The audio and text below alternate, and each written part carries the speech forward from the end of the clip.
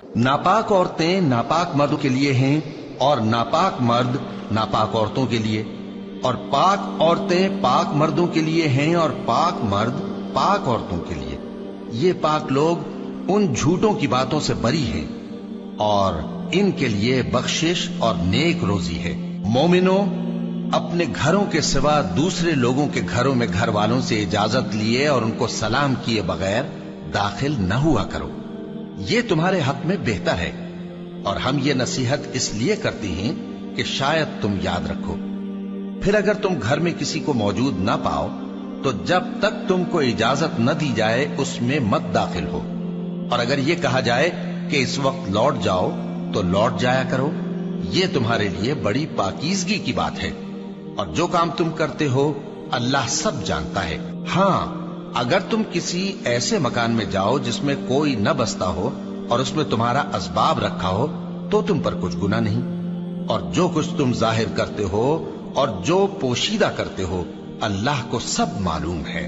मोमिन मर्दों से कह दो कि अपनी नजरें नीची रखा करें और अपनी शर्मगाहों की हिफाजत किया करें। ये उनके लिए बड़ी पाकीज़गी की बात है, और जो काम ये करते हैं अल्लाह उनसे खबरदार है।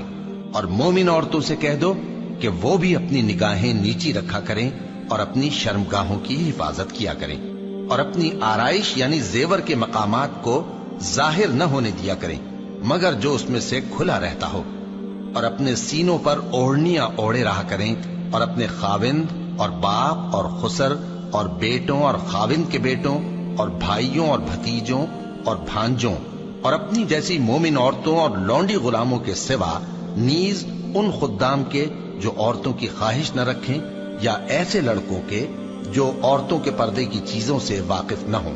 गरज इन लोगों के सिवा किसी पर अपनी जीनत और सिंगार के मकामात को जाहिर न होने दें, और अपने पांव ऐसे तौर से जमीन पर न मारे कि झंकार कानों में पहुंचे और उनका पोशीदा जेवर मालूम हो जाए। और मोमिनो, सब अल्लाह के आगे तौबा करो ताकि फलाह पाओ, और अपनी कौम की बेवा औरतों के निकाह कर दिया करो, और अपने गुलामों और लौंडियों के भी जो नेक हों निकाह कर दिया करो। अगर वो मुफलिस होंगे तो अल्लाह उनको अपने फजल से गनी कर देगा, और अल्लाह बहुत वुसअत वाला है, सब कुछ जानने वाला है। और जिनको ब्याह का मकदूर न हो वो पाक दामनी को इख्तियार किए रहें यहां तक कि अल्लाह उनको अपने फजल से गनी कर दे। और जो गुलाम तुमसे मुकातबत यानी माल देकर परवाना आजादी की तहरीर चाहें, अगर तुम उनमें सलाहियत और नेकी पाओ तो उनसे मुकातबत कर लो, और अल्लाह ने जो माल तुमको बख्शा है उसमें से उनको भी दो।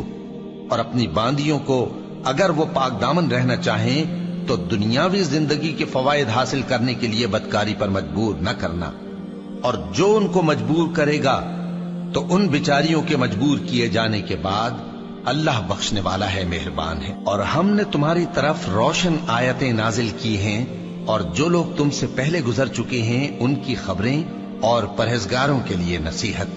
अल्लाह आसमानों और जमीन का नूर है। उसके नूर की मिसाल ऐसी है कि गोया एक ताक है जिसमें एक चराग है, और चराग एक किंदील में है, और किंदील ऐसी साफ शफाफ है कि गोया मोती का सा चमकता हुआ तारा है। उसमें एक मुबारक दरख्त का तेल जलाया जाता है यानी जैतून का, कि न मशरिक की तरफ है न मगरिब की तरफ। ऐसा मालूम होता है कि उसका तेल खाह आग उसे न भी छुए जलने को तैयार।